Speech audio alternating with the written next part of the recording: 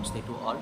Today we are going to listen about the great patriotic and unsung hero is a great Valtteri of Hindus. He is a great freedom fighter. The person is Sri Veer Savarkar.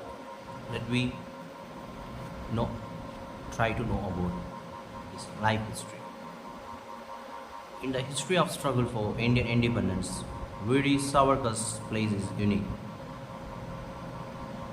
He had a firm belief that only a strong armed revolt by Indians would liberate India from the British.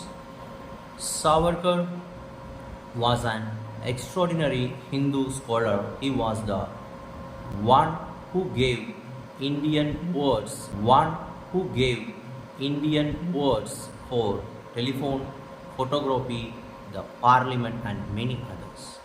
Savarkar was a recklessly brave revolutionary who tried to swim a sea and escape when captured by the enemy. He acted like fierce patriotic leader by uncovering the truth about superiority. Sorry, Mutney. His disagreement with Gandhi non-violent method and Pakistan pleasing effort and is very great person. We are going to reading the great person is appealed to a large number of Hindus who were wronged by Pakistanis and led to the assassination of Mahatma Gandhi by Najuram Godse.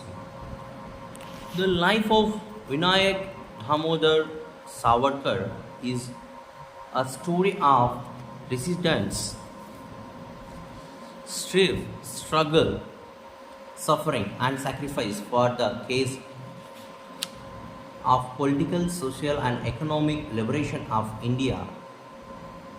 Damodar Savarkar was born on 28 May 1883 at Bahur, a village near Nasik, in a family of Chitbawan Brahmin, a community which has produced noted revolutionaries like Nana Sahib and Lokmanya Tilak. Vinayak was one of the four children, others being Ganesh, Mayanabhai and Narayan, who were born to Yamandrapa Savarkar and Radhabai. Being descendants of a line of Sanskrit scholars, the Savarkar included the love of learning into their children. Damodar Pant used to recite extracts from the epics like Homer, Iliad, and ballads on the great Marathas like Shivaji. Their mother Radhabai used to teach Babarao to read through the chapters loudly from the Ramayana and Mahabharata, normally at a sleeping time. The children were also fond of listening to the history and stories of legends. However, Vinayak was a little wondrous. He was an amazing scholar since his childhood. He was a keen reader and was very fond of reading books. He had his poem published in the local newspaper even before the age 10. He had outstanding memory and he had a desire for learning. In the year of 1893, the people of Azamgarh suffered communal riots in the town. Then Bombay also came under the grip of riot.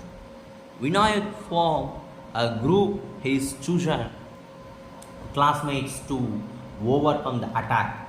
He structured them into a small batch to combat the adverse situation. Later on, Vinayak and Babarao were sent to the Shivaji school in Nasik. When Vinayak was 9 years old, his mother died of cholera.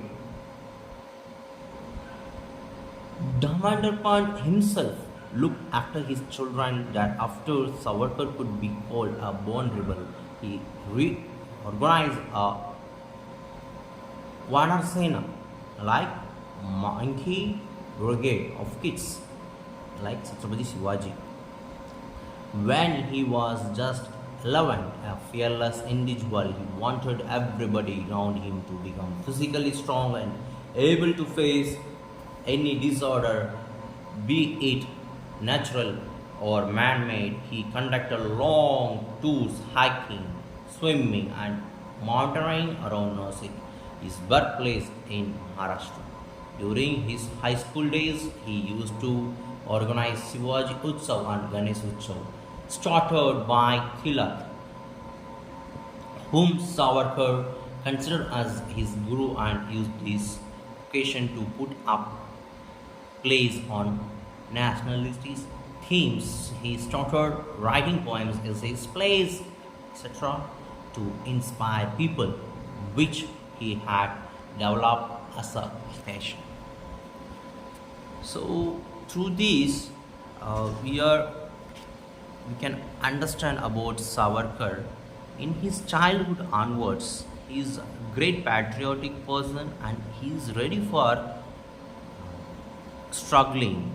He is ready to struggling because in his childhood he is ready to do this much what, then definitely he is the great and great person. He definitely become a great person. So through these incidents we can identify, through this word we can understood is a great person. And we will continue. In 1899, Vinayak father and uncle died after plague. Vinayak Patriot Street found on outlet through an organization called the Mitra Mela that he himself formed. Vinayak was having a magnetic personality of a leader. He was an inspiration for the young enthusiastic people and he provoked them to make sacrifice for absolute political independence of India, even by armed revolt. Vinayak introduced young patriotic men like himself in the Mela. He encouraged the members of the Mela to strive for absolute political independence for India by whatever means necessary in the event of an armed revolt. The young crusaders taught themselves through physical training. The Mitra Mela served the city of Nasik in many ways, especially during the plague when the group carried victims for cremation. Vinayak made a poem and dedicated it to his motherland. Oh, Aryan brothers, rise! He insisted in the poem it would not be strong to say that he was an uncommon mastermind. He was an influential speaker and writer. He wrote a prize-winning essay on the greatest space war, and later on Mumbai University was there. Bombay University prescribed it for the student appearing for matriculation examination. Vinayak was so talented and yet a very reserved person. At times he used to crave for attitude to hold that he called the parliament of mind. On personal front, the whole responsibility of the family fell on the shoulder of Babarao. He made sacrificed to bring up his brothers. He was very well aware of Vinayak intelligence and talent, so he wanted to send him to the university too. It was very hard for them to afford for expenses. Then, in March 1901, Vinayak was married to Yamunabai, the daughter of Ramachandra Tribat Chapulkar, who agreed to accept with his Vinayak University education after his matriculation education. Vinayak enrolled the Ferguson College in Pune in 1902. Savarkar very soon dominated the campus life. His magnetic personality and leadership qualities made an impact in the college. The college professors never approved of his revolutionary ideas, but still appreciated his capabilities. He, along with a group of students, began dressed alike and using Swadeshi goods only. The group of students vowed themselves to a simple way of life, following the cause of the country's freedom. Savarkar wrote many substantial and thought-provoking articles which were carried by the handwritten Arya Weekly. Savarkar used to speak about the world history and the Great Revolution. He used to put pressure on the need of struggle to achieve independence. In 1904, Savarkar, still an undergraduate, organized a meeting on nearly 200 of his trusted comrades, renamed the Mitramela as Abhinav Bharat, and declared that India must be independent, India must be united, India must be a republic, India must have a common language and common structure. This new organization was dedicated towards the cause of extracting freedom from the British ruler, if necessary, with the help of arms. In 1905, a huge Dasra bonfire of foreign goods was lit her Pune by Savarkar and his friends in order to express resentment toward the partition of Bengal. As a serious student of nationalism, he found a bigger venue this time, and with the growing number of youngsters, he bloomed as a leader as well. The principal finds Savarkar to stand as he played the main role in the affair. Main sympathizers tried to lend him money, but he paid the fine himself. The ruling British banned all political activities, and he had to undertake all transaction and communication in secret. He was even expelled from hostel and at one point from the college as well, but since he managed to get the prestigious Shivaji scholarship to study law at London, the college's authorities had to make way for his scholastic journey. Leaders like Gandhiji and Gokhale condemned the whole episode of bonfire, though it accelerated the revolutionary movement all over India.